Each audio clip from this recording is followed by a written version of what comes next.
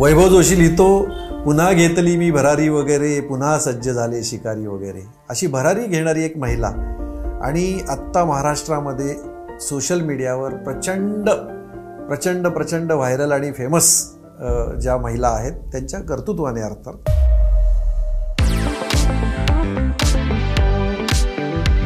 हे घड्याळ जे आमचं चिन्ह आहे, ज्याने मला ओळख दिली, ते मी हातात घेऊन सांगते, आमचं घड्याळ तेच आहे, वेळ नवी आहे आणि उत्तरही तुम्हाला आरपार मिळतील आणि ही शाश्वती मी शेवटपर्यंत.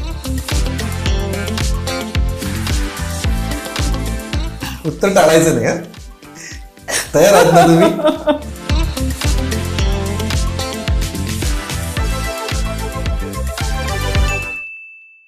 9 महिने 9 दिवस गर्भात वाढवणाऱ्या बाळाचं नवीन सृष्टी निर्माण करण्याची ताकद तिच्या लाल रक्तात असते. शक्यतो तिचा निर्णय चुकत नाही. आपल्या समाजाची मानसिकता अशी आहे की आपण मुलीच्या हुंड्यासाठी पैसे साठवतो. तिच्या हुंड्यासाठी नका पैसे साठवू, तिच्या शिक्षणासाठी पैसे साठवू. तिला स्वतःच्या पायावर उभं करा आणि इतकं ताकदीने उभं करा की ती जेव्हा सासरी जाईल ना, तर ती स्वतःचं आर्थिक अर्थार्जन करायला शिकली पाहिजे.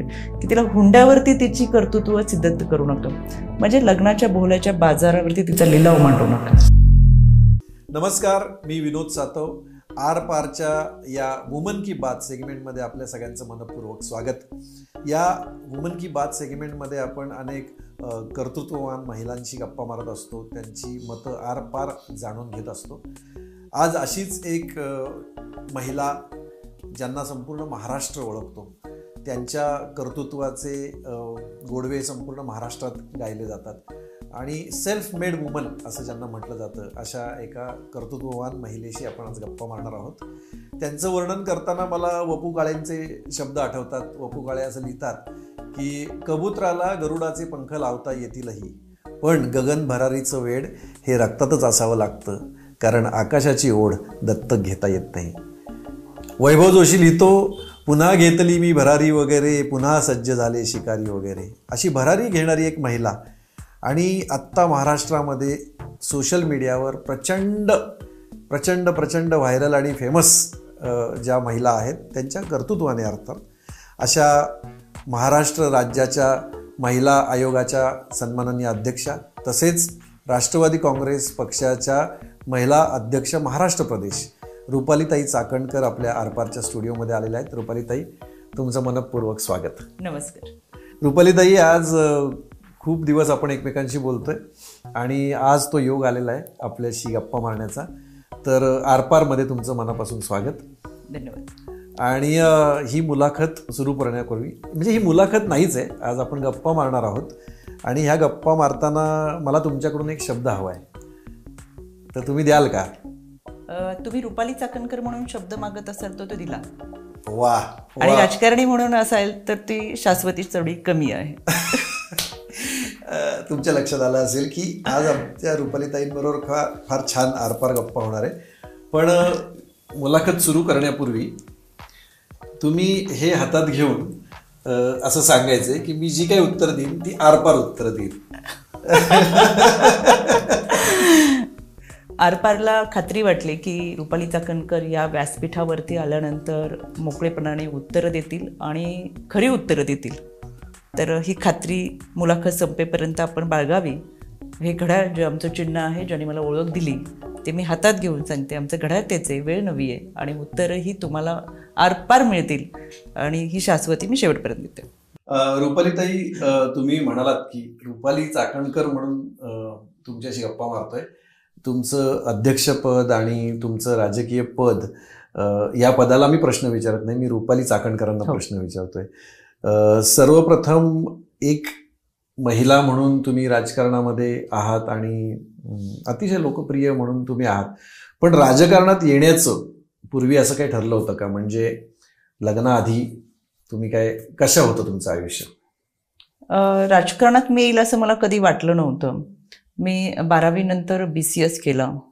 कम्प्युटर सायन्स करत असताना मला ओढ होती ती आपण प्रशासनामध्ये जावं आणि ती फार मोठी मनामधली एक ओढ. त्याच्यामुळे मी MPSCचा अभ्यास केला. नंतर मी HR स्पेशल सब्जेक्ट घेऊन MBA केलं. म्हणजे ह्या शिक्षणामध्येच आपण करिअर करायचं असं होतं. पण 2002च्या प्रभाग पद्धतीमध्ये माझ्या सासूबाई रुक्मिणीराणी चाकणकर या प्रचंड मताने निवडून आल्या आणि महानगरपालिकेतल्या 9वारी साडीमधल्या नगरसेविका म्हणून त्यांची ख्याती त्यांनी निर्माण केली. त्यांचा पूर्ण कार्यकाळ त्यांनी महानगरपालिकेतलं कामकाज आणि राजकारण याच्यामध्ये दिलं, पण मी कधीही त्यांच्यामध्ये नव्हते. पण योगायोगाने जे बचत गट त्यांनी त्यांच्या काळामध्ये सुरू केले नागरवस्ती विकास योजनेच्या माध्यमातून, तर ते मी माझा अभ्यास करत करत ते बचत गट सांभाळण्यासाठी सुरुवात केली. त्यामध्ये मला इंटरेस्ट वाटला, कारण की बचत गटातल्या महिलांचे प्रश्न हे त्यांचे आर्थिक संबंधात होते, व्यवसायाच्या संदर्भातले होते, त्यांच्या अडचणी जाणून घेण्यासाठी होते. याच्यामध्ये राजकारणाचा कोणताही संबंध नव्हता. आणि त्या महिलांमध्ये इन्व्हॉल्व्ह होत असताना जाणवलं की आपण एखाद्या महिलेचा प्रश्न सोडवला तर तिच्या चेहऱ्यावरचा जो आनंद आहे तो आपल्याला कोणत्याही दुनियेतल्या बाजारामध्ये विकत मिळणार.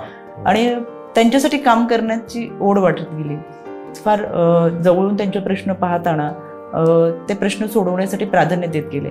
आणि पाहता पाहता म्हणजे सुरुवातीच्या काळामध्ये बचत गट तयार करायलाही कोणीच तयार नव्हतं. त्यावेळेस मी आणि माझ्या मोठ्या जाऊबाई, आमच्या दोघींचे असे 2 बचत गट आम्ही घरातून सुरुवात केली, 15-15 महिलांचे. आणि पाहता पाहता 250 बचत गट माझे झाले. मला त्यावेळेचा सर्वाधिक आणि सर्व उत्कृष्ट बचत गटांचा पुरस्कार देखील मिळाला होता. त्यावेळेस मी पक्षाच्या कोणत्याही पदावरती नव्हते.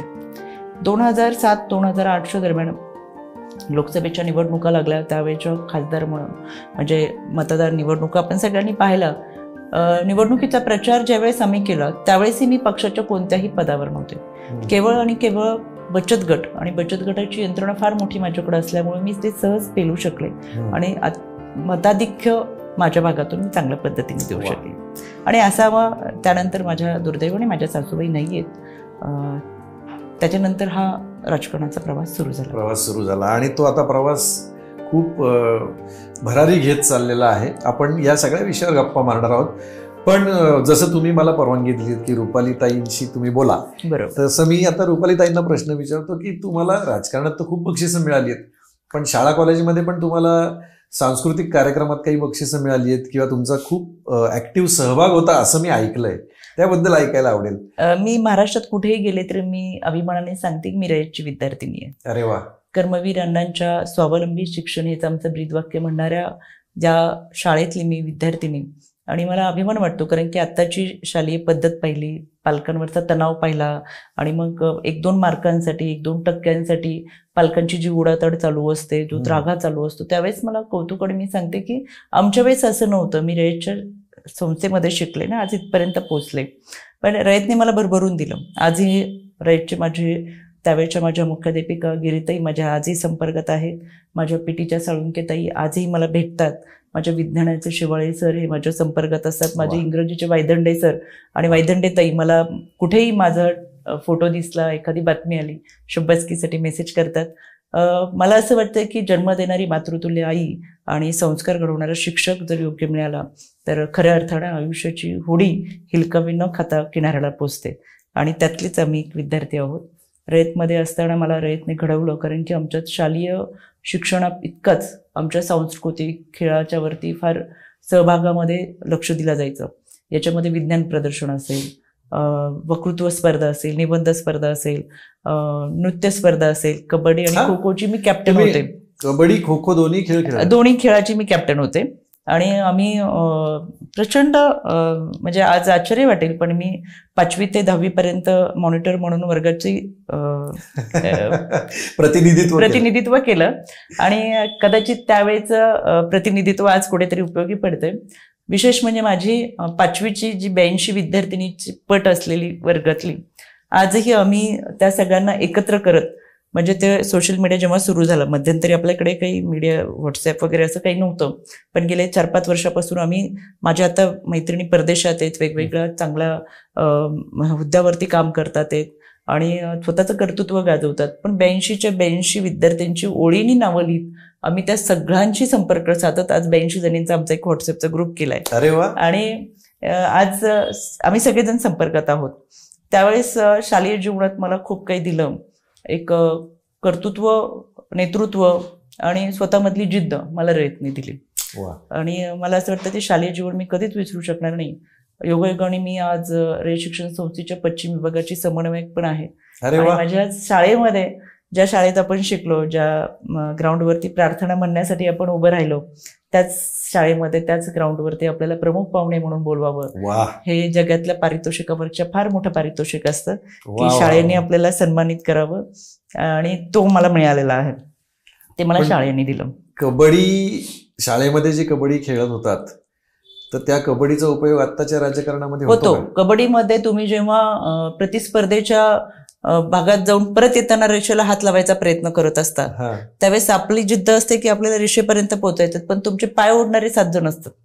त्याच्यामुळे आयुष्यामध्ये आम्ही ते लक्षात राहते की आयुष्य असंच आहे, तुम्ही तुमच्या गोलकडे जाताना, ध्येयाकडे जाताना तुम्हाला तेच घाटायचंय, पाठीमागे पाय ओढणाऱ्यांकडे बघू नका, आपलं गोल पाय ओढायला खूप आहे. आता तुम्ही राजकीय प्रश्न विचारायचे नाहीयेत पण मोह होतो. आता जी रेष ओलांडून तुम्ही सरकारमध्ये आलेला आहात, काय तर पुन्हा ते रेष ओलांडून सरकारमध्ये आलात तर तुम्ही सरकारमधले कुणीकडे बाद नाही ना करणार? मला काय वाटतं, वैचारिकता प्रत्येकाची बदलत जाते. आता आदरणीय दादांनी जो निर्णय घेतला तो 100%ने 1001% बरोबर आहे, आणि त्या योग्य निर्णयाबरोबर आम्ही आलो. तुम्ही पाहिलं असेल, पहिल्या दिवसांपासून दादांबरोबर सर्वाधिक संख्येने महिला आहेत. हो, बरोबर. महिलेमध्ये मातृत्व असतं, सृजनता असते. 9 महिने 9 दिवस गर्भात वाढवणाऱ्या बाळाचं नवीन सृष्टी निर्माण करण्याची ताकद तिच्या लाल रक्तात असते. शक्यतो तिचा निर्णय चुकत नाही. दादांनी घेतलेला जो निर्णय किती योग्य होता. माझ्या 18 तारखेला षण्मुखानंद हॉलला मेळावा झाला. महाराष्ट्राच्या कानाकोपऱ्यातून, वाड्या वस्त्यातून, आदिवासी पाड्यांवरच्या महिला आल्या होत्या हे सांगण्यासाठी की दादा तुमचा निर्णय योग्य आहे, त्या निर्णयाबरोबर आम्ही आहोत. त्याच्यामुळे आमचा निर्णय चुकलेला नाहीये, निर्णय बरोबर आहे, आणि तो आता सिद्धही होतोय, तो जनतेलाही पटतोय. महाराष्ट्राची जनता दादांसोबत आहे. मी जसं म्हणलं तसं राजकीय गप्पा नाही मारायच्या, पण आपण तिकडे जातोय, पण आपण परत मूळ मला रुपाली ताईंना तो प्रश्न विचारता की सांस्कृतिक कार्यक्रमात तुम्ही काय केलं होतं शाळा कॉलेजमध्ये? आम्ही सांस्कृतिक कार्यक्रमामध्ये आमचं एक आदिवासी नृत्य होतं, आणि दरवर्षीच कार्यक्रम असायचे, आणि ह्या आदिवासी नृत्याच्या आधी म्हणजे लागोपाठ आमचे सांस्कृतिक कार्यक्रम सुरू होण्यापर्यंत खेळाच्या स्पर्धा सुद्धा होत्या. तर आम्ही कबड्डीत पण मी होते. दुर्दैवानं असं झालं की कबड्डी खेळताना प्रचंड त्या कबड्डीच्या मैदानावर आजच्यासारखं काही मॅट वगैरे असलं काही नाही, मातीत खेळायचो, दोन्ही गुडघे फुटलेले. आणि ते आदिवासी नृत्यानंतरचा कार्यक्रम संध्याकाळी होता या स्पर्धेमध्ये. आता तो नृत्य करताना म्हणजे अक्षरशः पायाला इतक्या जखमा झालेल्या वगैरे, आणि ते नृत्य करायचं, तरी आम्ही त्या कार्यक्रमामध्ये भाग घेतला. पण त्या सांस्कृतिक कार्यक्रमामध्ये ते ज्या पद्धतीने आम्हाला आदिवासी नृत्य करताना दिलेलं, कदाचित त्या आदिवासी नृत्यामुळे ते प्रेम अजून राहिलं की माझं गडचिरोली, चंद्रपूर, अहेर या भागामध्ये जाताना मला ती नाळ जोडली गेली. कदाचित ते शाळेपासूनची असेल, आणि ती आपुलकी वाटत राहते. पण छान नृत्याचं सादरीकरण झालं, आणि ते सादर करताना देखील आनंद मिळाला. अजून ते फोटो आम्ही जपून ठेवले. तुमची शाळा हडपसर? हा, मी हडपसर, माझं माहेर दौंडचं. आम्ही शिक्षणासाठी हडपसर मध्ये राहिलो. माझी एकत्र कुटुंब पद्धत, एकत्र कुटुंबामध्ये जवळजवळ आम्ही 49 लोक राहायचो, आणि इतक्या मोठ्या कुटुंबामध्ये राहत असताना खूप मोठ्या माणसांमध्ये गोतवळ्यात राहायची सवय लागली लहानपणापासून. आम्ही सख्खे चुलत भावंड, मला 12 बहिणी, 7 भावंड, आणि ह्या सगळ्यांमध्ये जवळजवळ 4वी-5वीला मी येईपर्यंत मला माहित नव्हतं की माझी सख्खी बहीण कोण आणि सख्खे भाऊ कोण. कारण की तो कसं आम्हाला असं इतक्या प्रेमाने सगळ्यांनी जपलं की त्या कुटुंबामध्ये लहानाचं आम्ही मोठं होत गेलो. आणि मला आता असं वाटतं की काय माणसं हवी असतात, तर कदाचित त्या लहानपणापासूनच्या कुटुंबामध्ये. म्हणून मी आजही शाळा कॉलेजमध्ये गेले, कुठे मला मार्गदर्शनासाठी बोलवलं तर मी आवर्जून विद्यार्थ्यांशी बोलण्याऐवजी मला असं वाटतं पालकांशी बोलावं. कारण की विभक्त कुटुंब पद्धतीचं प्रमाण वाढतं ना. आता त्यापूर्वी आई रागवली की आजीच्या कुशीत शिरता यायचं, बाबांनी डोळे वटारले तर आजोबांच्या पाठीमागे लपता यायचं. हल्ली कुशीत शिरायला आणि पाठीमागे लपायला जागा राहिली नाही. त्याच्यामुळे संवादाची सगळीच दारं बंद झालीत. आता आमच्या हातामध्ये एक मोबाईल आहे, एका हातामध्ये रिमोट आहे टीव्हीचा, आणि आता यंत्र आम्हाला चालवतात माणसांना. त्याच्यामुळे मला असं या विभक्त कुटुंब पद्धतीबद्दल, कशा परिस्थिती असू शकते म्हणून माणसं राहतात, पण एकत्र कुटुंब पद्धतीमध्ये वेगळ्या संस्कार वर्गाची गरज पडत नाही. कोणतंही संकट आलं तर सहज कुटुंब पेलावून घेऊन जातं, आणि आयुष्याची लढाई कशी लढायची हे एकत्र कुटुंबामध्ये सहज शिकता येतं. वेगळ्या नागरिक शास्त्राच्या पुस्तकाची गरज लागत नाही. वा, रुपालीताईंच्या मला फार मी प्रभावित होतो या तुमच्या वक्तृत्वाने, किंवा तुम्हाला ही बोलण्याची तुमचे जे विचार आहेत, घरात आजी आजोबा असण्याचं महत्त्व काय आहे, अति छान पद्धतीने तुम्ही ते सांगितलं. तुम्ही शाळा कॉलेजमध्ये असताना एक चित्रपट नक्कीच पाहिला असेल, हम आपके है कौन. हो. मी हा प्रश्न तुम्हाला अशासाठी विचारला की हम आपके है कौन या चित्रपटाचं आणि तुमच्या आयुष्याचं पण काहीतरी साम्य आहे, ते काय आहे नक्की? विनोदजी, आपण उत्तम पत्रकार, लेखक आणि अजून दिग्दर्शक बरंच काही आहे ते तुमच्या प्रश्नावरून कळतं.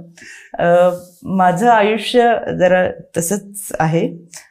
माझ्या कुटुंबामध्ये माझ्या बहिणीला जेव्हा चाकणकर फॅमिली पाहण्यासाठी आली त्यावेळेस त्यांनी लग्न ठरवताना मला पाहिलं आणि म्हटलं की आम्हाला आता ही मुलगी द्या. म्हणून हम आपके कोण सारखं आम्ही दोघी बहिणी एका घरात आहोत. बहीण आणि जाऊबाई अशा दोन्ही भूमिका, सख्या बहिणी सख्या जावा आहोत. आणि एका कुटुंबामध्ये आम्ही लग्न होऊन आल्यानंतर राहतोय. आणि जवळजवळ अशी स्टोरी आहे.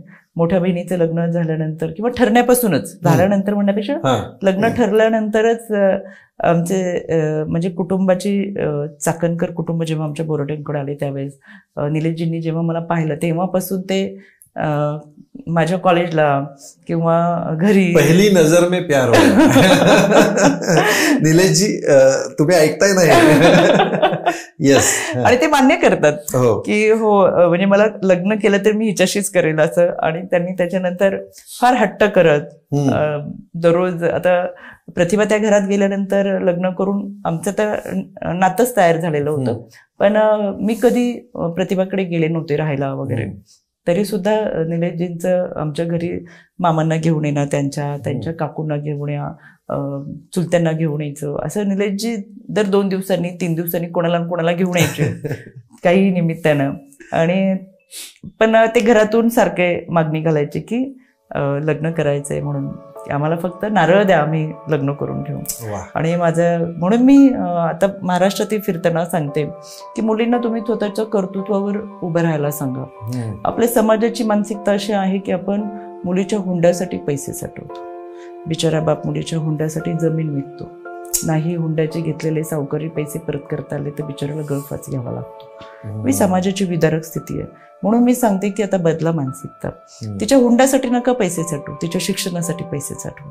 तिला स्वतःच्या पायावर उभं करा आणि इतकं ताकदीने उभं करा की ती जेव्हा सासरी जाईल ना तर ती स्वतःचं आर्थिक अर्थार्जन करायला शिकली पाहिजे.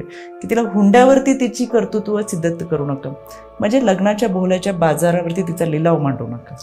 तिला तिचं कर्तृत्व सिद्ध करू द्या. ती जेव्हा सासरी जाईल तेव्हा ती स्वतःच्या अस्तित्वाने जगेल, हुंडाबळी होणार नाही. जो कायद्यानं गुन्हा आहे तरी आम्ही करतो. म्हणून निलेशजींनी सुद्धा मला फक्त नारळ घेऊन लग्न करून आणलेलं. मला अभिमान वाटतो निलेशजींचा. आणि कधीही हुंडा किंवा हे असले विषय घेतले नाही जे मी नाकारले होते सुरुवातीपासून. तसं मला मिळाल्यामुळे मी आनंदाने चाकणकर परिवारामध्ये राहते.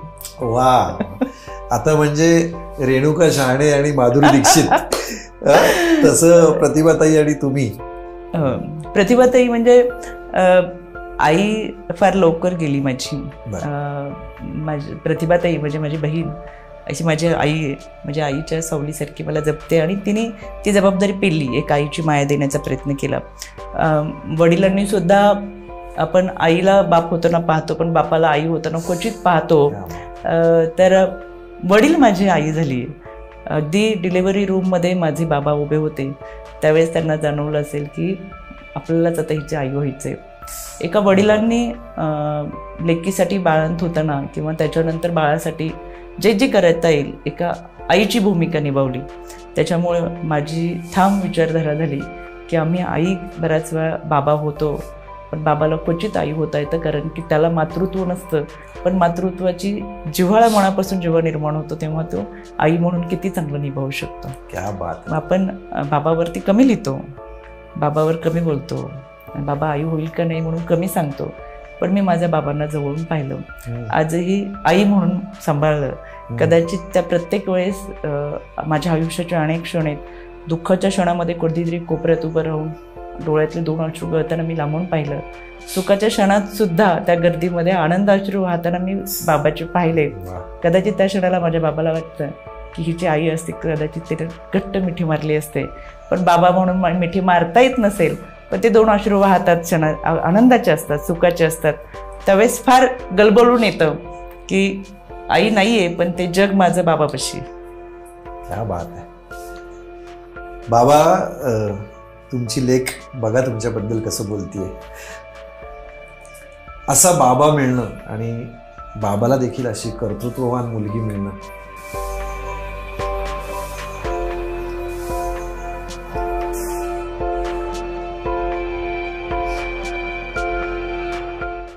तर रिक्षात मी जायचे आणि पाठीमागून वडील किंवा भाऊ गाडीवरती परत यायचे पाहायला. मला रिक्षा वर्गात सोडायची, म्हणजे वर्गाच्या पायरीपाशी सोडायचे. येताना परत मी रिक्षाने यायची. 12वीपर्यंत मला रिक्षा होती. मी हट्ट करून 11वी सायकल घ्यायला लावली. पण सायकल मी माझ्या हौशेसाठी सायकलवरून, बाकीच्या मैत्रिणी जातात म्हणून मी शाळेत सायकलवरून जायचे, तरी भावाची गाडी पाठीमागे असायची बघायला. म्हणजे ते लोकांना भीती होती. कदाचित जसं सौंदर्य आपण म्हणतो ना वर्धन, त्याच्यापेक्षा तो जास्त शाप असायचा. ही समाजाची मानसिकता होती. ती घरातल्यांना तो जास्त धोकादायक होतो, कारण की त्यांना भीती वाटायची. आणि आत्ताचा काळ जसा आहे तसाही त्या काळात असायचं. त्याच्यामुळे त्रास देणाऱ्यांची संख्या तर असायचीच, किंवा मागं वगैरे असं ते. त्याच्यामुळे ती असं जपत राहायची. तर आई कंटिन्यू, म्हणजे ती बरोबर असणं, कंटिन्यू बरोबर असायची. नाश्त्याला, जेवायला, सकाळी लवकर उठणं, तिला माझं उरकणं, मी तयार होणं, शाळेत जाताना माझी बॅग भरणं, तर तिचं ती इतकी प्रेमाने सगळ्या गोष्टी करायची. कुठं चिडचिड नाही, काही नाही. सगळी घरातली कामं बाजूला ठेवून. तर एकत्र कुटुंब पद्धतीमध्ये होते. मी जाईपर्यंत तिचं मला, मी रिक्षात बसून द्यायची, तर मी रिक्षा पूर्ण कॉर्नरवरून जाईपर्यंत ती दरवाजात उभी असायची. परत माझी जेव्हा रिक्षा यायची तेव्हा ती समोरच उभी दिसायची. एकही दिवस माझ्या शालेय जीवनातला मी घरी येईपर्यंत ती मला समोर दिसली नाही असं कधी झालं नाही. म्हणजे इतकी अफाट प्रेम करायची. तिचं माझं जे नातं होतं ते तिला ते सण व्हायचं नाही. ती मला भेटायला आली आणि भेटताना तिला ती सवय लागली की आपलं लेकरू आता लग्न होऊन गेले, तरी प्रतिभाकडेच होते मी, प्रतिभा होती आधी, तरी सुद्धा तिला फार तिथं होतो. पण जाताना आपल्या हायवेला त्रिमूर्ती गार्डनच्या समोर ट्रकनी धडक दिल्यामुळे जागच्या जागेवर ॲक्सिडेंट झाला आणि अर्धा तासच माझ्यापासून गेली आणि अर्धा तासामध्येच ही घटना घडली. तर मला इतकं धक्कादायक होतं की मला जेव्हा घरातल्यांनी तिथं घेऊन गेले की असा ॲक्सिडेंट झाला आहे वगैरे म्हणून, तर माझी ती मानसिकता, ती नाही ही मानसिकता नव्हती. मी 10 दिवस कोमात होते. मी तिच्या मैतीलाही नव्हते, 10वीलाही नव्हते. म्हणजे डॉक्टर म्हटले कदाचित आम्हाला वाटत नाही ही पहिल्यासारखी होईल म्हणून. मेंटली पूर्ण डिस्टर्बन्स होतं. 1-1.25 महिना मी त्या सिच्युएशनला होती की मला माणसं कळत नव्हती, किंवा ती मानसिकताच नव्हती की आई नाही आहे, म्हणजे माझं जगच नाही आहे असं. म्हणजे त्या सगळ्या सिच्युएशनमधून जाताना माझ्या घरातल्यांनी मला ज्या पद्धतीने सावरलं की वडिलांनी, आईची आई, वडिलांची आई, आज्या माझ्या दोन्ही बरोबर, वडील, बाकीचं माझं गोतावळा, हे सगळं सावरता सावरता त्या सगळ्या लोकांमुळे कदाचित मी यातनं बाहेर पडले. पण मग वडील माझ्याबरोबरच राहिले कायम, की काही म्हणून त्यांना की हिला ही ज्या पद्धतीने सांभाळलं होतं. इतकंच काय, माझी आई स्वभावाला इतकी प्रेमळ आणि शांत होती की आई असताना आमच्या घरी दररोज एक गाय यायची. ती त्या गाईला भाकरी वगैरे द्यायची.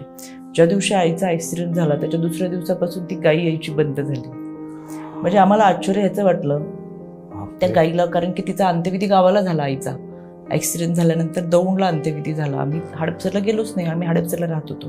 पण दुसऱ्या दिवसापासून सुद्धा ती गाई वासराबरोबर यायची तिच्या, ती सुद्धा यायची बंद झाली. मग ती गाई परत आली नाही कधी आमच्याकडे.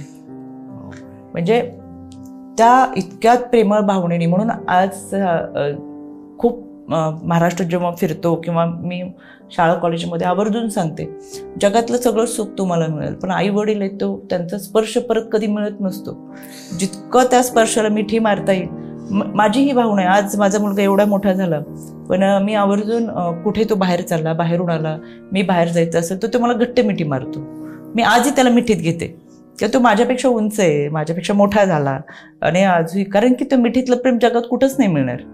आणि मला माहिती आहे आई म्हणून जरी बाकीच्या, अरे तू, आणि त्याचे छोटे भावंड वगैरे त्याला चिडवतात, तू एवढा मोठा झाला तरी अजूनही आईच्या मिठीत, तर त्याला काही वाटत नाही ते. कारण आईची मिठी लेकरासाठी किती मोठं झालं तरी आई आईच असते, लेकरू लेकरूच असतं तिच्यासाठी. आणि कदाचित ती मिठीमध्ये एवढी ताकद असेल की बाहेरच्या मिठ्यांची गरज पडणार नाही. म्हणून दिवसातून 2-3 वेळा आम्ही जेव्हा जेव्हा भेटतो, कधी कधी आता आज माझी त्याची भेट नाही झाली, कालही नाही झाली. मी रात्री उशिरा दौऱ्यावरून आले, आज सकाळी बाहेर पडताना तो लवकर बाहेर पडला. पण आम्ही जेव्हा भेटतो तेव्हा आमची मिठी ही 1 मिनिटं तरी आम्ही एकमेकांच्या मिठीत असतो. कदाचित पाहणाऱ्याला असं वाटत असेल एवढा मोठा मुलगा आहे, आईच्या मिठीत आहे, पण ती मिठी माझी त्याला प्रेमाची ऊब देणारी आहे, त्याला तू लढ म्हणणारी आहे, तू चुकला तरी मी बरोबर आहे परत सावरण्याची आहे. म्हणून मला असं वाटतं की वयात येतो आपण बऱ्याच वेळा मुलांना अंतर देतो किंवा फारसं बोलत नाही, ते संवाद होत नाही, तसं आमच्यात होत नाही. अगदी मासिक पाळी कशी येते हेही मी त्याला समजून सांगितलं. क्या बात आहे. म्हणजे हे सांगण्याची गरज आहे. त्याला बसून मी दाखवलं की मासिक पाळी अशी येते, मासिक पाळीमध्ये असा त्रास होतो, तू जरी मुलगा असला तरी समजून घे. तो त्याच्याशी बायकोशी तर वागेलच, पण त्याला कळलं पाहिजे की काय बदल असतात शरीरातले आणि आम्ही कोणत्या गोष्टींना फेस करतो. मग मला आता त्याला सांगायला काही वाटत नाही की नाही मला आता थोडासा माझे पिरियड्स चालू आहेत, मला त्रास होतो, तू करशील का, तर तो करतो. मला असं वाटतं हे बोलणं गरजेचं आहे, कारण की आम्ही म्हणतो आम्ही फार सुधारलो, पण त्यांना सांगणं गरजेचं आहे. आणि त्रास होतात आम्हाला, आमच्या शरीरामध्ये बदल होत असतात.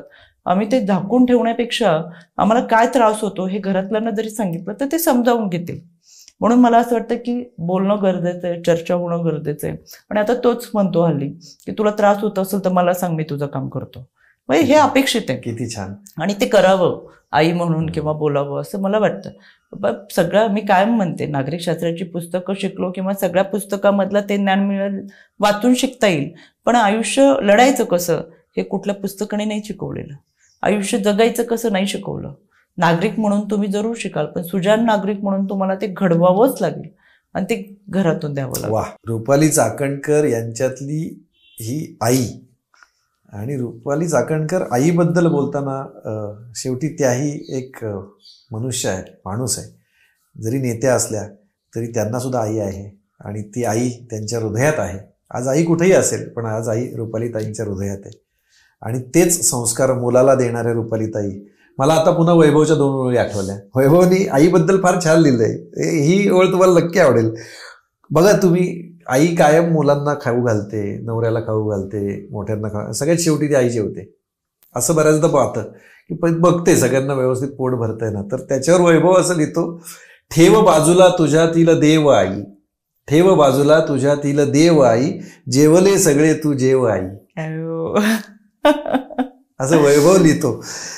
तर आईवरून ते मला कायम असं वाटतं, आई असतेच माझ्या आजूबाजूला कायम, दररोज स्वप्नात येऊन निराधारा घालते ती कायम.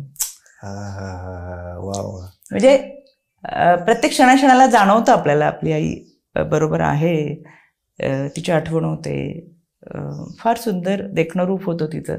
पण प्रत्येकाची आई म्हणजे कोणीही असू दे, बरोबर जरी नसेल तरी तू स्वप्नात बरोबर दिलेली शिकवण, तिचे विचार असे बरोबर राहिले तरी असं वाटतं आई बरोबर आहे. म्हणून मी सांगतानाही सांगतेच, पण मी सोहमलाही सांगते की कुठलाही आयुष्यात निर्णय घे, कुठलाही. ज्या शाळा कॉलेजमध्ये जाईल तेव्हाही मी विद्यार्थ्यांना आवर्जून सांगते, कोणताही निर्णय घ्या, कसाही घ्या, कोणत्याही क्षणाला घ्या, कोणत्याही परिस्थितीत घ्या, पण तो निर्णय घेण्या अगोदर एकदाच आईचा चेहरा डोळ्यासमोर आणा. आयुष्याचा कोणताच निर्णय कधीच चुकणार नाही. राजकीय व्यासपीठावर तुम्हाला प्रमुख पाहुणे म्हणून बोलवतातच, पण हल्ली बऱ्याचशा महाविद्यालयामध्ये किंवा तरुणींच्या कार्यक्रमांमध्ये तुम्हाला प्रमुख पाहुणे म्हणून बोलवलं जातं. तर अशा या तरुणींना तुम्ही नक्की काय मार्गदर्शन करता? आजचे तरुणी ज्या वयामध्ये आहेत, ज्या पायऱ्यांवरून ते चालले तिथं कधीतरी विनोदजी आपणही होतो. हो, येस. शेवटी तरुणाई ही मोरपंखाचे दिवस असतात, फुलपाखऱ्याचे दिवस असतात, त्यांनी ते जगावेत, आनंदाने जगावेत. शेवटी ताजमहाल माझ्यासाठीच आहे, कोणतेही प्रेमगीत विरहगीत माझ्यावरतीच लिहिले असं वाटण्याचे हे दिवस आहेत. आणि ते असावेत, आकाशातले नक्षत्राचे तारे हे माझ्यासाठीच आहेत असं वाटण्याचे निखळ दिवस. ते निखळपणा जपावा.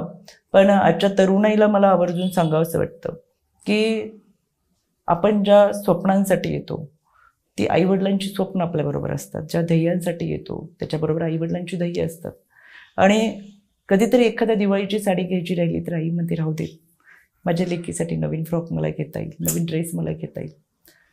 पायातल्या चपलेचा अंगठा तुटला तरी तो बाबा म्हणतो राहू देत, शिवून घालेल परत, नवीन नको, माझ्या लेकराला नवीन बूट घेता येईल.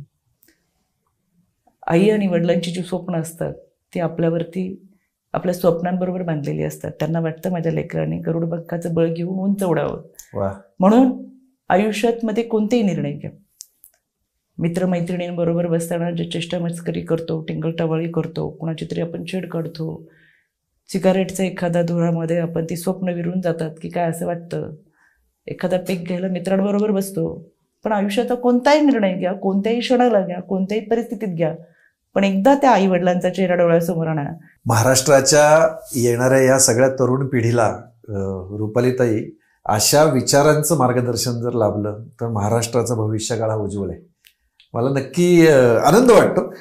ह्या तरुण तरुणींच्या व्यतिरिक्त तुम्ही सध्या अनेक एका विधायक उपक्रमाने चर्चेत आहात आणि मला वैयक्तिक तो उपक्रम खूप आवडला. आता मी मुलाखत तुमची घ्यायला येताना माझ्या घरातून माझ्या पत्नीने मला असं सांगितलं की रुपालीताईंना नक्की माझा निरोप दे की तुम्ही एक शब्द शासनाला आता मान्यतेसाठी दिलाय, म्हणजे विधवा स्त्रियांसाठी तुम्ही विशेष करून जे काम करताय, मला त्याबद्दल ऐकायला आवडेल.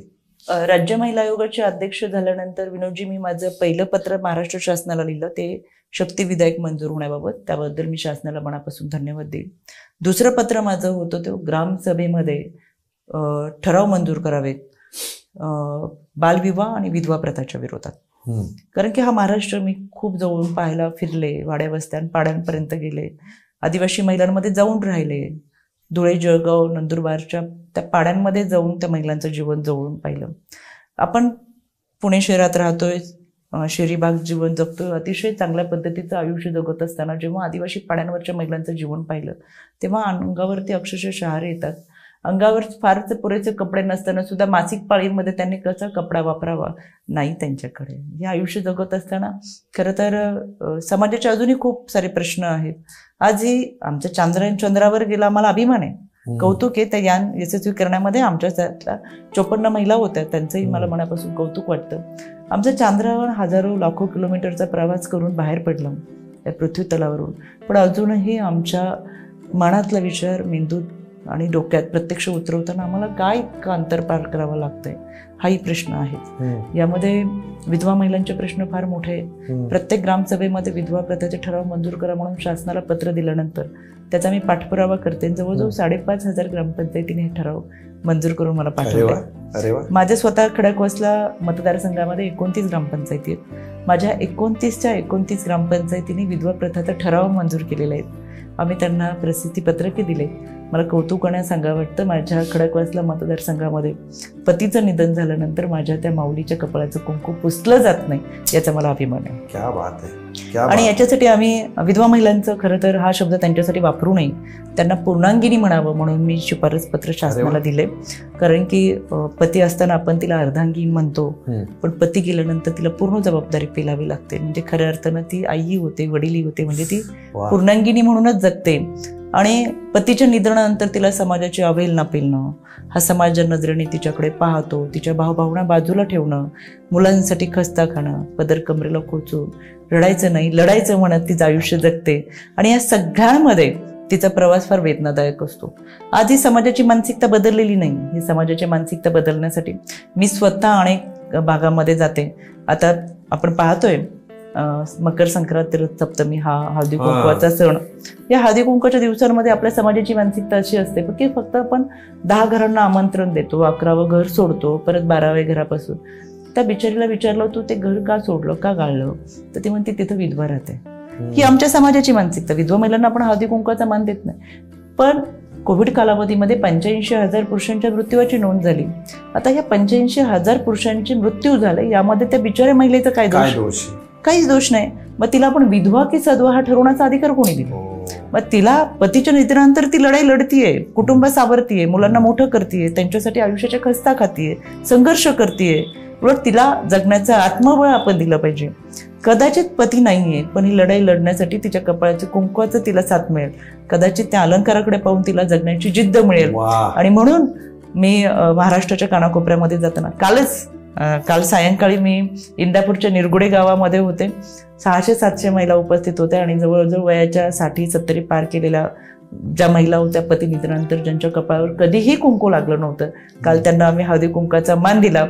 गठ्ठ मिठी मारत त्यांनी स्वतःच्या अश्रूंना वाट करून दिली आणि सांगितलं, ताई मोठ्या हिरा मोत्याचा अलंकार दागिना नसता मिळाला तरी चालला, पण तुम्ही दिलेली हळदी कुंकाची 2 बोटं आम्हाला लढण्याचं जगण्याचं बळ देतात. आणि सगळ्यात महत्वाचं म्हणजे हा समाज आम्हाला त्या नजरेने पाहणार नाही, जेणेकरून आम्हाला जगण्याची ताकद मिळेल. खरं तर मला विनोदजी असं वाटतं, आजही समाजात ह्या गोष्टींची फार गरज आहे. आणि विशेष म्हणजे आयोगाचे अध्यक्ष म्हणून महाराष्ट्राच्या कानाकोपऱ्यामध्ये जात असताना महाराष्ट्राची ही मायमाऊली मला फार मोठ्या प्रमाणात साथ देतीये. एक वेगळा विचार आपण मांडतोय, तो विचार समाजामध्ये रुजला जातोय, स्वीकारला जातोय आणि ह्याचं एक आत्मिक समाधान आहे. पण मग हे सगळं करत असताना रूढी परंपरांच्या विरोधात तुम्ही जाताय, असा प्रवाह अंगावर येईल अशी भीती नाही वाटत का? 250 वर्षापूर्वी सावित्रीमाई त्या प्रवाहाच्या विरोधात गेल्या आणि त्यांना ह्या सावित्रीमाईचा लढा हा विचार चालू असताना त्या व्यक्ती आता नाहीत 250 वर्षापूर्वीच्या, पण ती प्रवृत्ती आजही आहे.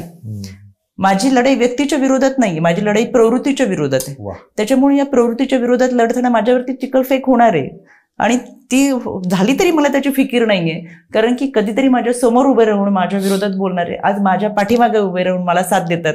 ही माझी जीत आहे. आणि या जीतमध्ये मी 2008 साली पहिला विधवा महिलांसाठी हळदी कुंकू ठेवला, तेव्हा 20 ते 25च महिला होत्या. आणि परवा माझा स्वतःचा हळदी कुंकाचा कार्यक्रम झाला, बसायला जागा नव्हती, हजारोच्या संख्येने महिला होत्या. ही लढाई माझी 16 वर्षाची इथपर्यंत आली आहे. आज मला काही वाटत नाहीये. विचार तुमचा कोणताही असू दे, तो खरा की खोटा हे सांगण्याचा आणि तो निर्णय माझा योग्यच होता ही पटवण्याची धमक तुमच्यामध्ये पाहिजे. तो पटवून देता एकदा समाजाला की निर्णय तुमचा योग्य होता की समाज तुमच्या बरोबर येतो. म्हणून मला असं वाटतं की कोणताही विचार हा कमकुवत नसतो, तो मांडताना तुम्हाला तो शाश्वत रीतीने मांडता आला पाहिजे. आज मी माझा विचार मांडते, मला रूढी परंपरा, मी कधी वड पुजलेला नाही, वड पौर्णिमा, उपास तापास वैकल्य काही करत नाही. माझे पती माझ्यासाठी पुजतात, वडाची पूजा केली बिचारांनी ह्यावेळी. 7 जन्म हीच बायको मिळाली. पण नाही बायको मिळावी म्हणून नसेल केली असं मला वाटतंय. त्यांनी कदाचित तू तुझ्या कर्तृत्वावरती आली. मी त्यांना विचारलं, तुम्ही वडाची पूजा केली, म्हणजे मला माहित नव्हतं, मी प्रवासात होते आणि मग मला नोटिफिकेशनला येत होतं की आपल्या पतीसाठी यांनी वडपौर्णिमा केली. मी ते ओपन करेपर्यंत मला उतरायचं ठिकाण आलं, मी उतरले, गडबडीत राहून गेलं. परत गाडीत असल्यानंतर परत ते नोटिफिकेशन बातम्या येतं, म्हणून मी ओपन करून पाहिलं की कोण बघू तरी कोण इथे महाशय आपल्या पतीसाठी पूजा करतात, म्हणून मी ते ओपन केला व्हिडिओ. तर हे आमचेच पतिराज म्हणजे ते पूजा करतात. माझी फॅमिली इकडची पण मोठी आहे, माझ्या बाकीच्या जाऊबाई वगैरे होत्या, त्यांना सांगत होत्या आता हळदी कुंकू, आता हे करा ते करा. आणि ते सगळं मी पाहिल्यानंतर फोन केला की तुम्ही कशी काय आज पूजा केली. ते म्हटले मला असं वाटलं की तुझ्यासाठी पूजा करावी, वड पौर्णिमा आहे तर. पण म्हटले तुम्हाला असं वाटलं नाही की लोक काय, तुमचा फ्रेंड सर्कल एवढा मोठा, तुमचे लोक नातेवाईक काय म्हणतील. तेव्हा नाही वाटलं, कारण की तू तुझ्या कर्तृत्वाने आली, 7 जन्म मिळावी म्हणून नाही, पण तू तुझं कर्तृत्व करते त्याचा सन्मान करण्यासाठी मी वड पौर्णिमा केली. म्हणजे मी म्हणणार नाही प्रत्येक व्यक्तीला बाबत की तुम्ही असंच करा, पण आपल्या घरामध्ये ती स्त्री फार कष्ट घेऊन एक तर तिचं माहेर सोडून, बऱ्याच वेळा आपल्याकडे अशी पद्धत आहे की पत्रिका जुळली नाही तर त्या मुलीचं नाव सुद्धा बदलतो. वडिलांच्या जागेवरती नवऱ्याचं नाव लावते, सासरचं नाव बदलून येते. म्हणजे सासरी येताना नावासहित ती पूर्ण बदलून येते, एका अनोळखी कुटुंबामध्ये येते, स्वतःची संपूर्ण ओळख मागं सोडून येते आणि क्षणात ती त्या सासरच्या लोकांची होते. केसापासून पायाच्या नखापर्यंत ती बदलून जेव्हा सासरी येते तेव्हा सासरच्या प्रत्येकाला आपलंसं करण्यासाठी जीवाचं रान करते. आणि हे सगळं करत असताना त्या पूर्ण कुटुंबाला आपलं म्हणून स्वीकारणं, त्यांना आपलं म्हणून मानणं, त्यांच्यासाठी आयुष्य तिला पणाला लावायचं असतं, सर्वस्व म्हणून पतीच्या भावभावना सांभाळणं, हे सगळ्यांमध्ये तिला जर तो सन्मान दिला तर काय, म्हणजे मला असं वाटतं तिला सन्मान तो दिला आणि आपण सुरुवात घरापासून केली तर समाज बदलायला वेळ लागत नाही. समाजाला काही सांगण्यापेक्षा प्रत्येक गोष्ट केंद्रबिंदू म्हणून जर आपण केली तर परीख म्हणून समाज आहेच, पण मग आपण केंद्रबिंदू म्हणून प्रत्येक गोष्टीची सुरुवात स्वतःपासून करावी या मताशी मी आहे. आणि ज्या ज्या गोष्टी मी सांगितल्या त्या प्रत्येक गोष्टी मी माझ्या घरापासून सुरुवात केलेल्या आहेत. विधवा आपल्या कुटुंबात किंवा नातेवाईकात कोणी आहे, लग्न समारंभ, गेल्या वर्षीचीच गोष्ट असेल विनोदजी, माझे एकत्र कुटुंब पद्धत मी तुम्हाला सांगितलं तसे माझे 6 नंबर ते काका अचानक गेले आणि माझ्या घरामध्ये आम्ही गेलो. म्हणजे तसं तुम्हाला माहिती आहे माझं असं ग्रामीण भागामधलं घर वगैरे सगळं. तर त्याच वेळेस अग्नी द्यायच्या अगोदर मी सगळे आमचा गोतावळा फार मोठा सगळा होता. पण मी त्या क्षणाला पुढे येऊन त्यांना सांगितलं की आपण काकूच्या कपाळाचं कुंकू कोणी पुसायचं नाही, बांगड्या फोडायच्या नाही. आणि जो आपण म्हणतो आपल्याकडे एक विदारक पद्धत आहे की महिलांच्या गळ्यातलं मंगळसूत्र त्याचा मणी काढून त्या मृत व्यक्तीच्या मुखात दिला जातो आणि मग शेवटचा अग्नी दिला. तर मी त्यांना सांगितलं असं काही करू नका आणि गळ्यातलं मंगळसूत्र तोडू नका. तुळशीचं पानसुद्धा तितकंच पवित्र आहे, ते मुखात अग्नी देण्याच्या अगोदर द्या आणि अलंकार आहे तसेच राहू देत. क्षणात सगळ्यांनी मान्य केलं आणि माझ्या काकांना शेवटचा अग्नी देताना मुखात तुळशीचं पान दिलं. काकू माझी त्यावेळेस तशी होती, मी तिला आज वर्षानंतर काका गेल्यानंतरही पाहते. तिच्या कपाळाचं कुंकू, हातातल्या बांगड्या, गळ्यातलं मंगळसूत्र, पायातली जोडवी, मला समाधान वाटतं. कदाचित तिला त्या अलंकारांबरोबर जगत असताना, पतीबरोबर जगत असताना तो आत्मविश्वास आहे की मी माझ्या आयुष्याची लढाई लढेल. क्या बात आहे. बऱ्याचदा लग्नामध्ये हळद लावताना सुद्धा विधवा महिलांना मागे ठेवलं जातं. आपल्या ती पद्धत आहे. आपण समाजामध्ये धार्मिक कार्यामध्ये विधवा महिलांनी हळदी कुंकू लावू नये किंवा स्पर्श करू नये असं साधारणतः आपल्या समाजात चालतं.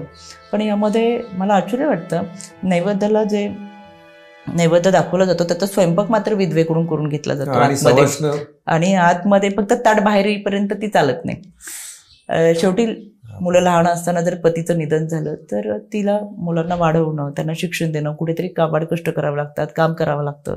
आणि मग मुलांच्या शिक्षणासाठी हे सगळं करत असताना आयुष्याचा प्रवास ती स्वतःच्या सगळ्या भावना बाजूला ठेवते आणि मुलांसाठी खस्ता खात असते.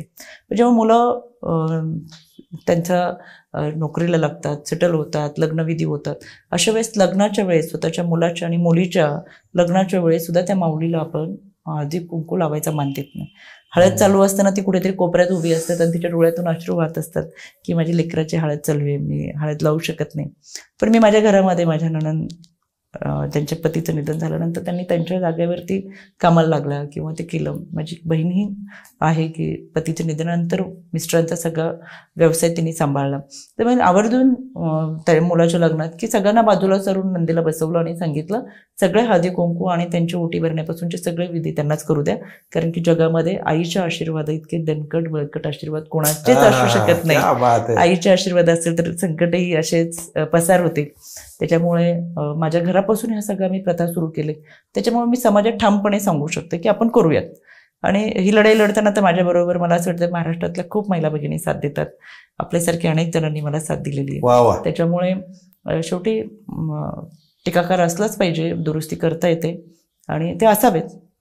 पण मला हे आवडलं तुमचं की आज आपण चंद्रावर जातोय, म्हणजे तंत्रज्ञानामध्ये एवढी प्रगती केली, विचारांमध्ये कधी प्रगती करणार.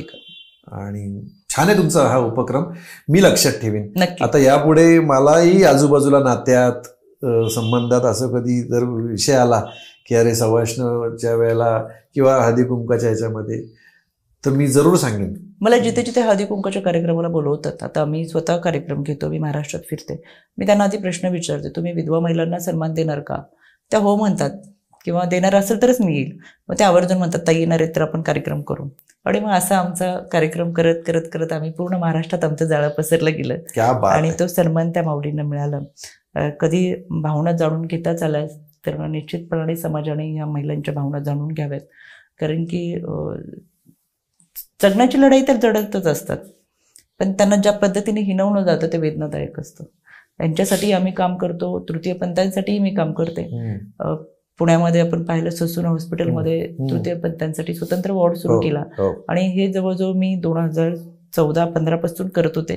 तर त्यावेळेस माझ्याकडे हे पद नव्हतं किंवा तितका अधिकार नव्हता, त्याच्यामुळे करता येत नव्हतं, पण ते करता आलं. आदरणीय अजितदादांच्या उपस्थितीत त्यांच्या हस्ते उद्घाटन करत हा महाराष्ट्रातला सगळ्यात मोठा वॉर्ड तृतीयपंथांसाठी आम्ही खुला केला. त्याचं मला समाधान आहे की मी या पदावर असताना मला तृतीयपंथांसाठी स्वतंत्र आरोग्य सुविधा देण्याचं काम करता आलं. वा, स्वतःच्या घरापासून समाज प्रबोधनाचं काम करणाऱ्या रुपालीताई चाकणकर यांच्याशी आपण गप्पा मारतोय. आता मी थोडे वेगळे प्रश्न विचारतो. रुपालीताई, महिला आयोगाचे अध्यक्ष म्हणून काम करत असताना महिलांचे अनेक प्रश्न तुम्ही हाताळता किंवा तुमच्यापर्यंत ते प्रश्न येतात. सेलिब्रिटींचे पण खूप प्रश्न तुमच्या समोर आलेले आहेत. म्हणजे गौतमी पाटीलच्या प्रकरणामध्ये असेल किंवा उर्फी जावेदच्या प्रकरणामध्ये तुम्ही ज्या पद्धतीने ते सगळं हाताळलं ते मला ऐकायला आवडेल. ह्याच्यामध्ये उर्फी जावेद किंवा हे कोणी बाकीचे सगळेच कलाकार असतात. कला ही कला असते, ते सादरीकरण करत असतात, हा एक भाग. दुसरा भाग की कोणी काय घालावं, कोणी काय घालू नये, कोणी काय बोलावं, मुळातच हे आता पाठीमागे पडले. पुन्हा एक मनुस्मृती घेऊन यायची आहे का काय, हा विचार एका समाजाचा. भारतरत्न डॉक्टर बाबासाहेब आंबेडकरांनी तुम्हाला मला माणूस म्हणून जगण्याचा अधिकार दिला, घटना दिली, संविधान दिलं, आणि त्या संविधानाच्या अधिकारानुसार तुम्ही मी जगतोय. त्याच्यामुळे कुणाचा अधिकार आपण नाकारू शकत नाही. कायद्यामध्येच तरतूद आहे कोणी काय घालायचं, आणि ते कपडे घालत असताना त्यामधून कोणतंही अश्लीलतेचं दर्शन होऊ नये अशा पद्धतीच्या कायद्याची तरतूद आहे. त्याच्यामुळे एखाद्याने सांगून की नाही रुपाली चाकणकर आयोगाचे अध्यक्ष म्हणून यांना असं सांगा, त्यांना तसं सांगा, असं आम्ही केलं नाही. जी बाजू ठाम होती कायद्याचं, एका संविधानिक पदावर मी काम करते. संविधान काय सांगतं त्या पद्धतीने आपण पुढे कारवाई करत असतो. त्याच्यामुळे संविधानामधली जी घटना आहे त्या अनुषंगाने त्या व्यक्तीने जे कपडे घातले त्याच्यामधून कोणत्याही तिने किती इंचाची घालावीत, किती इंचाची घालू नयेत असं कुठेही म्हटलेलं नाही, पण तिने अश्लील प्रदर्शन करू नये असं दिलेलं होतं. त्याच्यामुळे शरीराचा जो भाग झाकायचा होता ते झाकून त्यांनी बाकीचे कपडे त्या पद्धतीने घातले होते. आणि हे कायद्याच्या प्रमाणे, एक व्यक्ती म्हणून जरी मला ते बरं वाटत नसेल तरी कायदा म्हणून त्यांना त्यांचा तो अधिकार आहे. तुमचं पद जे आहे ते कायद्याचे रक्षण कायदा पाळत जर तुम्ही जगत असाल, आणि मुळातच आम्ही संविधानिक पदावरती काम करत असल्यामुळे संविधान काय सांगतं, घटना काय सांगतं, कायदा काय सांगतं, कायद्याच्या चौकटीतून आम्ही आरोपीला शिक्षा आणि पीडितेला न्याय ही आमची भूमिका आहे. श्री शक्तीर तुल्य सदा, श्री शक्ती ही अतुलनीय आहे या वाक्यानुसार आमचा कायदा काम करतो, आणि त्या पद्धतीने आम्ही आयोगाच्या माध्यमातून काम पाहत असतो. आयोगाच्या बद्दल एक प्रश्न असा विचारायचा आहे. आज जे प्रेक्षक किंवा ज्या महिला हा व्हिडिओ बघतायत, मी पुढचा प्रश्न ती रुपालीताईंना जो विचारणार आहे, त्यामुळे हा व्हिडिओ खूप महिलांना फॉरवर्ड केला जाईल याबद्दल मला खात्री आहे. हा महिला आयोग जो आहे हा महिलांना नक्की कसा मदत करतो, किंवा कुठल्या महिलांनी तुमच्यापर्यंत पोहोचायचं आणि कसं पोहोचायचं? राज्य महिला आयोग हे एक संविधानिक पद आहे. यावरती राज्यपालांच्या माध्यमातून नियुक्ती केली जाते. माझ्या समवेत 6 सदस्य असतात. प्रत्येक जिल्ह्याच्या ठिकाणी आमचं सेंट्रल असतं, त्याचबरोबर तालुक्याच्या ठिकाणी आमचे काउन्सिलिंग सेंटर्स असतात.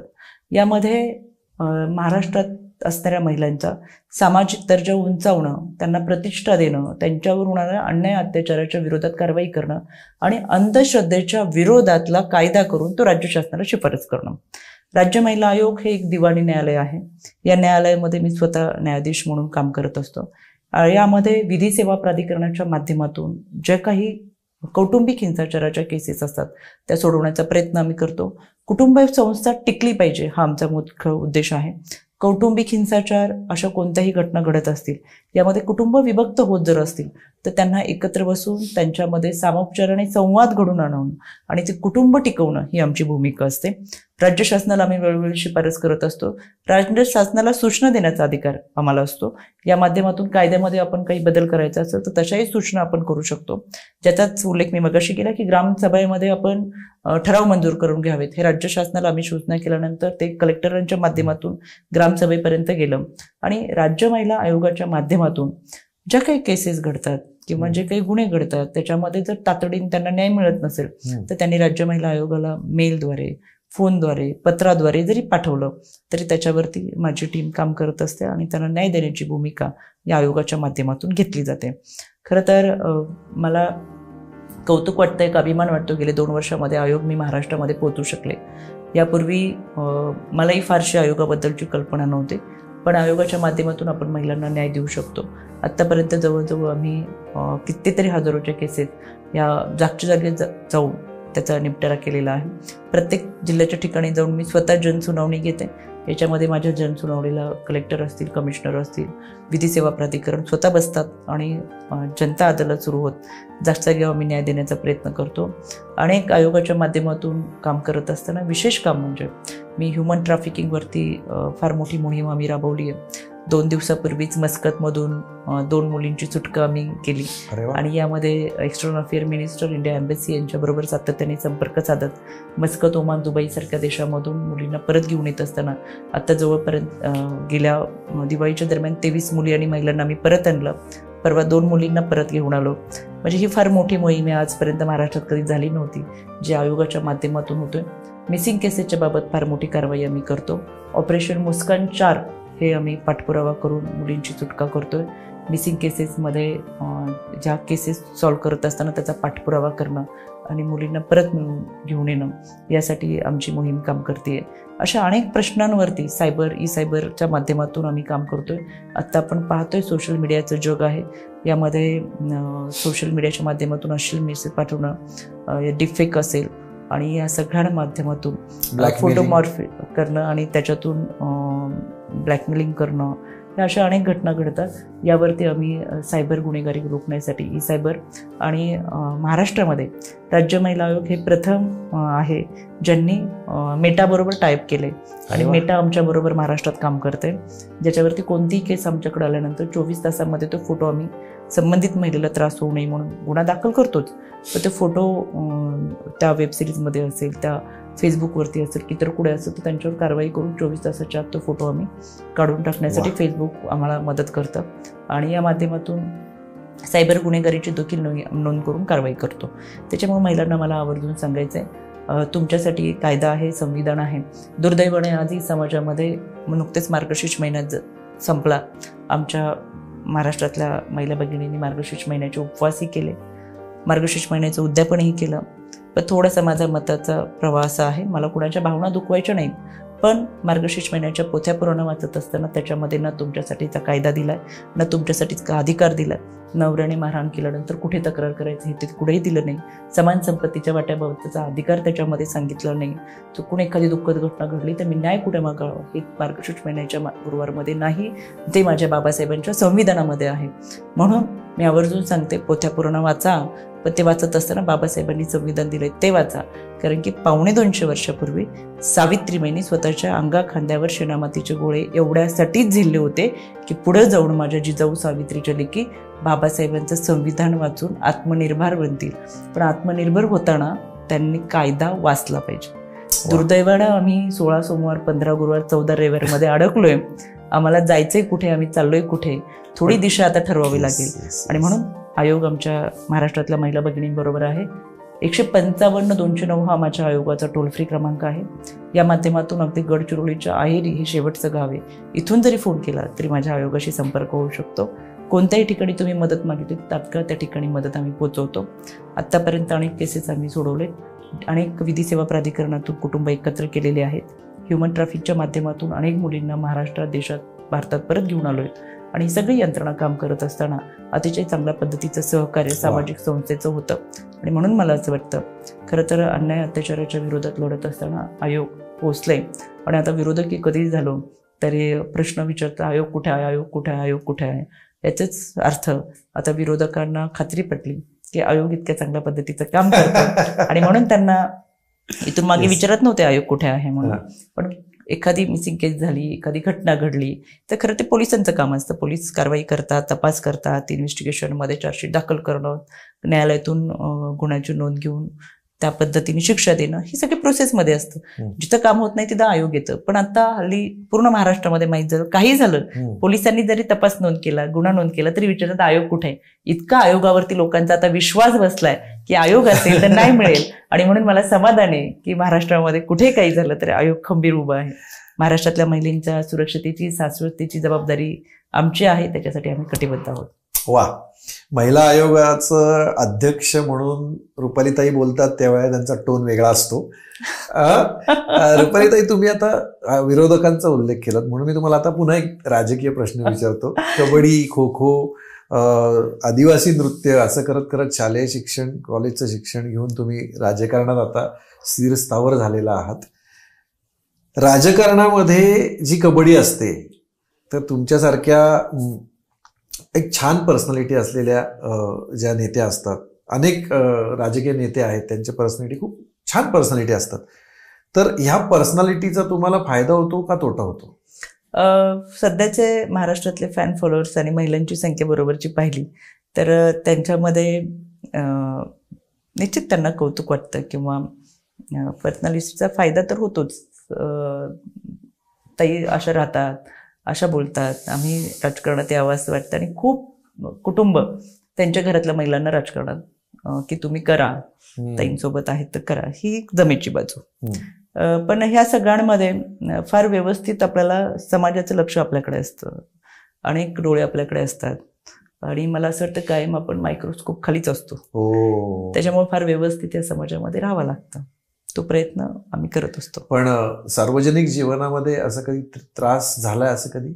मला असं वाटतं की आपण आयुष्य कसं जगतो ह्याच्यावर फार अवलंबून असतं. सुरुवातीपासून राजकारणात येत असताना आपण आपला एक चौकट आखून घेतलेली असते. या चौकटीमधून आपली काही सूत्र असतात, आपली काही गणितं आखलेली असतात आणि आपले स्वतःचे काही जगण्याचे नियम असतात. ते जर आपण स्वतःला घालून दिले तर मला असं वाटत नाही की आपलं गणिताचा ताळेबंद चुकत नाही आणि त्या पद्धतीने आपण गेलो तर समाजाकडे आपल्याकडे पाहण्याची एक धारणा असते. त्याच्यामुळे समाज त्या पद्धतीने जर पाहत असेल तर फारसा काही त्रास होत नाही. पण राजकारण म्हणून एक स्त्री म्हणून काहींनी त्रास दिला असेल, पण ती स्त्रीचा परीख पार करून आम्ही केव्हाच पुढे आलोय. रुपालीताई, राजकारणामध्ये तुमच्या पक्षामध्ये पुरुषांपेक्षा स्त्रियांचा त्रास जास्त झाला का? मला छान वाटलं तुमच्याकडून हे वाक्य ऐकून. आदरणीय दादांसमवेत आम्ही जेवढ्या महिला भगिनी आलो होतो, सन्मान दादांनी आमच्या महिला भगिनींना दिला तो इतर कुठेही कुणीही दिला नसेल. इतर कुणीही दिला नाही? कुणीही दिलं नसेल. बोलणं वेगळं आणि करणं वेगळं असतं, प्रत्यक्षात वागणं वेगळं असतं. त्याच्यामुळे असं येऊ शकेल. प्रत्येक मिटिंगमध्ये दादांना आम्ही ज्या मागण्या केलं तर दादांनी त्वरित मान्य केलं. DPDC मध्ये महिलांची सदस्य संख्या असेल आमच्याकडे सगळ्यात जास्त आहे. त्याचबरोबर आमच्या महिलांना स्थान दिलं गेलं पाहिजे.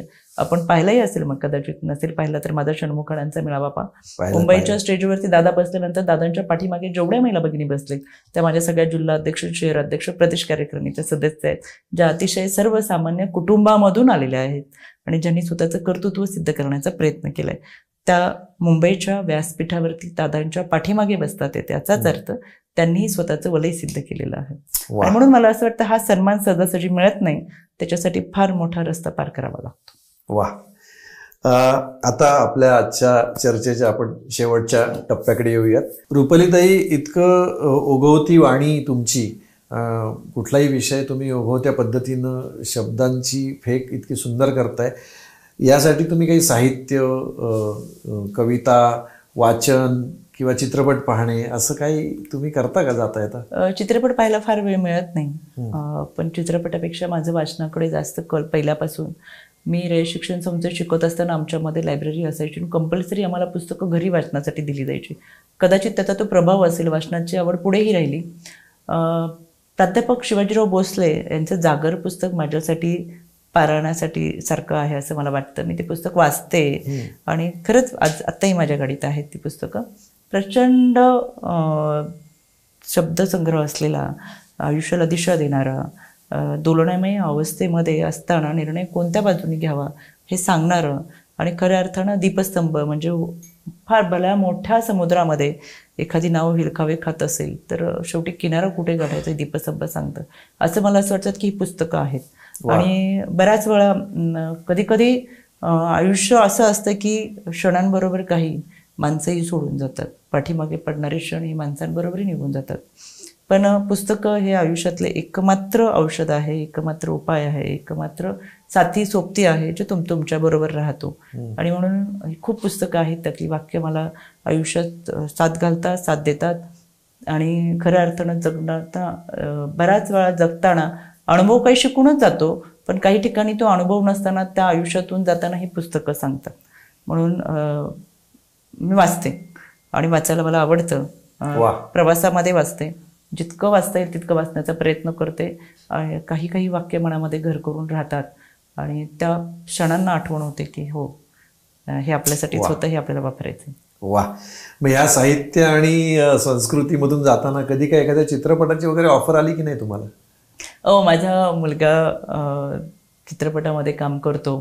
त्याच्याच डायरेक्टरने विचारलं की तुम्ही त्याच्यामध्ये थोडासा छोटा रोल वगैरे करताल का, पण तो पिंड आपला नाही.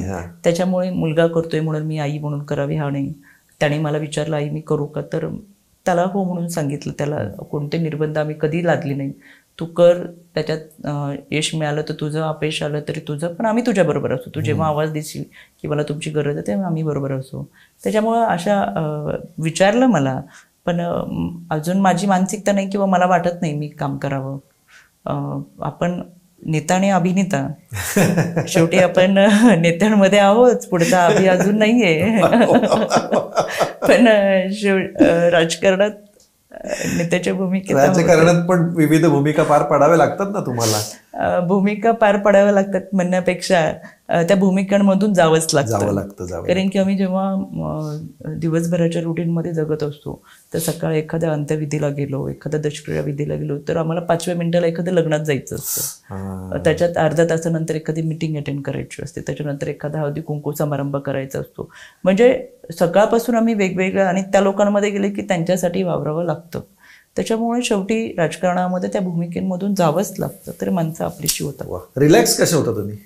मला असं वाटतं या सगळ्यांमध्ये रिलॅक्स मी प्रवासामध्ये पुस्तक वाचताना, गाणी ऐकताना किंवा मला चारोळ्या, कविता हे वाचायला आवडतात आणि छान म्हणजे वाचनामुळे मला रिलॅक्स वाटतं.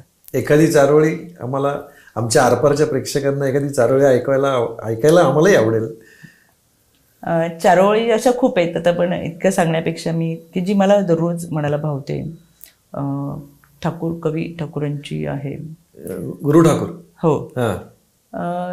तू बुद्धी दे तेज दे नवचेतना विश्वास दे, तू बुद्धी दे तेज दे नवचेतना विश्वास दे, जय सत्य सुंदर सर्वदा तयांचा आजन्म ध्यास दे. हरवले आभाळ ज्यांचे तयांचा हो तू सोबती, हरवले आभाळ ज्यांचे तयांचा हो तू सोबती, सापडे ना वाट ज्यांना तयांचा हो तू सारथी. ज्यांचा रस्ताच हरवलाय त्यांच्यासाठी आपण सारथी होऊयात, ज्यांचं आभाळच हरवलंय त्यांचं सोबती होऊयात. आणि जे जे चांगलं असेल ते माझ्याकडून घडू देत ही प्रार्थना खऱ्या अर्थानं मी दररोजच करते. म्हणून आयुष्य जगताना असं वाटतं रंजले गांजले उपेक्षित राहिलेल्यांपर्यंत आपण पोचावं आणि त्यांच्या आयुष्याचं सोबती आणि सारथी होण्याचा प्रयत्न आपल्या माध्यमातून करावा. वा, जे आता रुपालीताई बोलतायत असं वाटतं की हे थांबूच नाही, तुम्ही बोलतच राहा, पण आपल्याला वेळेचीही मर्यादा आहे. बरोबर. त्यामुळे अगदी शेवटचा तुम्हाला रॅपिड फायर राऊंड तुम्हाला काही प्रश्न विचारतोय. पण त्याआधी मला एक सांगा, घरातला सिलेंडर किती दिवसांनी बदलता तुम्ही? 1.5 महिना. म्हणजे तुम्ही स्वयंपाकघरात जाता? स्वयंपाकला वेळ मिळत नाही, पण नाही होत, फारसा वेळ मिळत नाही. आता आपण घरात मला तितका वेळ देता येत नाही, पण माझे कुटुंब मला सावरून घेते. त्यांचे आभार मानावे तेवढे कमी आहे सगळ्यांचे. या माध्यमातून तुम्ही हो नक्की. म्हणजे या आयुष्याच्या प्रवासामध्ये कोणतीही स्त्री यशस्वी होताना त्याला पुरुषाची साथ लागते. आमच्या सावित्रीच्या लेकी घरोघरी पण आमचा ज्योतिबाचा शोध जारी असं म्हणत आम्हाला ज्योतिबा शोधावे लागतात. पण अनेक ठिकाणी मी स्वतःला नशीबवान समजते आणि माझे पती माझ्या ज्योतिबाच्या भूमिकेत आहेत, मला साथ देतात. आयुष्याची लढाई लढताना तुझ्यावर किती टीका झाली, टिप्पणी झाली, शेवटी या सगळ्या लढाईमध्ये एक गोष्ट शिकले की जेव्हा ती बाई कर्तृत्व, नेतृत्व, वक्तृत्व आणि पुढे जात असते तेव्हा तिला नमवणं, हरवणं हे एकाच गोष्टीमुळे होऊ शकतं, जेव्हा तिच्या चारित्र्यावरती विनाकारण चिंतोड उडवले जातात. आणि हे अनेकांकडून केलं जातं. तेव्हा माझे पती मला आवर्जून सांगतात, पाठीमागं बघू नको, मी तुझ्या बरोबर आहे, निम्मा प्रवास केला, आता निम्माच राहिलाय, पुढे चालायचंय. आणि ही ताकद फार मोठी असते. आपल्या आरपारच्या माध्यमातून मी त्यांचे देखील मनापासून आभार मानते. आईच्या भूमिकेत असलेल्या वडिलांच्या ऋण व्यक्त करू शकत नाही, कोणत्याही डिक्शनरीमध्ये ते शब्द नाहीत आणि माझ्याकडे नाही. आई म्हणून सावली देणारी माझी भगिनी आणि खरं तर आई म्हणून आता मी मुलाची काळजी घ्यायला हवी, पण आता मुलगा मोठा झालाय, तोच माझी आई म्हणून काळजी घेतोय त्या मुलाचे, की माझ्या कामाच्या नियोजनानुसार त्याने त्याच्या कार्यक्रमाचे नियोजन करत राहिला. हट्ट हा करायचा लहानपणीचे दिवस संपला होता, ते लक्षात आले की अनेकांचे हट्ट आईकडे आहेत, आता आपल्या हट्टांना जागा नाही असं म्हणत कुठेतरी स्वतःच्या बाजूला ठेवत त्यांनी माझ्यानुसार माझ्याही सहकार्य केलं. आणि माझं सगळंच कुटुंब, सासर माहेर असेल, हे सगळेजण या माझ्या कार्याला शुभेच्छा देतात आणि ताकद देतात, शब्दांनी दिलासा देतात, जिथं गरज पडेल तिथं पडद्या पाठीमागे उभे राहतात. या सगळ्यांचे मी आरपारच्या माध्यमातून आभार व्यक्त करत. प्रत्यक्ष अप्रत्यक्षरित्या अनेक लोक माझ्याशी जोडलेली आहेत. कदाचित काही मला अजून भेटलेली नाहीत, पण शाब्दिक किंवा अप्रत्यक्षरित्या मला मदत करत असतात. कोणतीही व्यक्ती एकटी आयुष्यात कधीच यशस्वी होऊ शकत नाही. ते यशस्वी होण्यापाठीमागे आयुष्याची वाटचाल चालत असताना वाटसरू म्हणून अनेक जण माझ्याबरोबर चालले. इच्छित स्थळी पोहोचत असताना त्यांनी वाटसरू म्हणून रस्ता बदलला, पण माझा रस्ता चालू आहे. आणि ज्यांनी ज्यांनी मला या वाटसरूच्या रस्त्यामध्ये साथ दिली त्या सगळ्यांचे आरपारच्या माध्यमातून मी मनापासून आभार व्यक्त करते. आणि ही लढाई लढत असताना अजून अनेक प्रसंग येतील, अनेक खाचखळगा येतील, अनेक काटेरी वाटा येतील, तर त्या चालण्याचं बळ दिलंय, इथून पुढे चालत राहू. वा. आता एका शब्दात 4 प्रश्न विचारणार, एकाच शब्दात उत्तर द्यायचं. उत्तर टाळायचं नाही. तयार आहात ना तुम्ही? बघा, मी तर सापडत नाही हातामध्ये अजिबात. तुम्हाला नाही तुम्ही मुरलेल्या राजकारणी हातात, फार भारी उत्तर देतात. तरी ठीक आहे, सोपे प्रश्न असणार आहेत.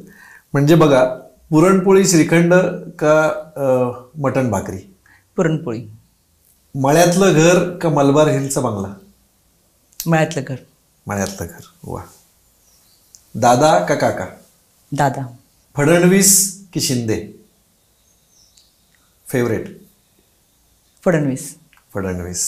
एक क्षणाचाही विलंब न घेता मनातलं जे आहे ते ओठावर आणणाऱ्या या रुपालीताई, महिला आयोगाच्या अध्यक्ष म्हणून अतिशय प्रभावीपणे काम करणाऱ्या, आणि आज मी त्यांना सॅल्यूट करतो की माझ्या विधवा भगिनींना, माझ्या मातांना एक प्रतिष्ठा जी विनाकारण गेलेली असते ती मिळवून देण्याचं काम रुपालीताई करतायत.